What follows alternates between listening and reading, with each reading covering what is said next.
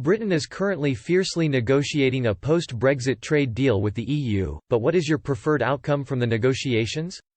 Vote here. The UK is currently attempting to thrash out a post-Brexit trade deal with the EU, having vowed not to extend the transition period that runs out at the end of the year. The negotiations are taking place virtually in response to the coronavirus outbreak.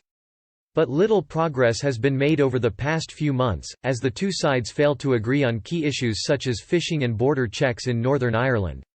Earlier this week the UK's chief negotiator David Frost accused Brussels of treating the UK as an unworthy partner by offering a low-quality trade agreement that would force Britain to bend to EU norms.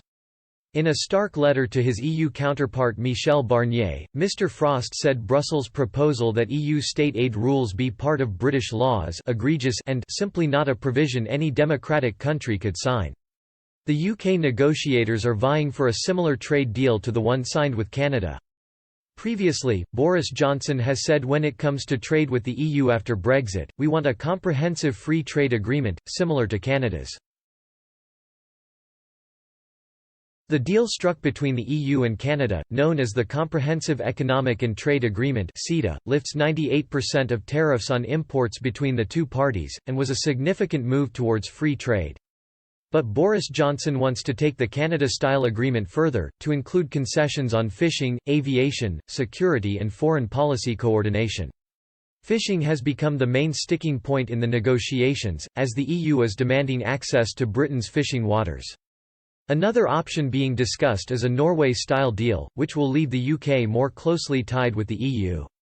Norway is not a member of the bloc, but it does operate within the European Economic Area (EEA), meaning it is also part of the single market and has very limited barriers to trade with the EU.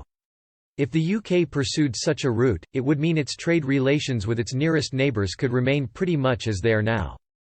But Norway makes substantial contributions to the EU budget and has to follow most EU rules and laws, despite having no say over the regulations as it is not represented in any of the main European institutions.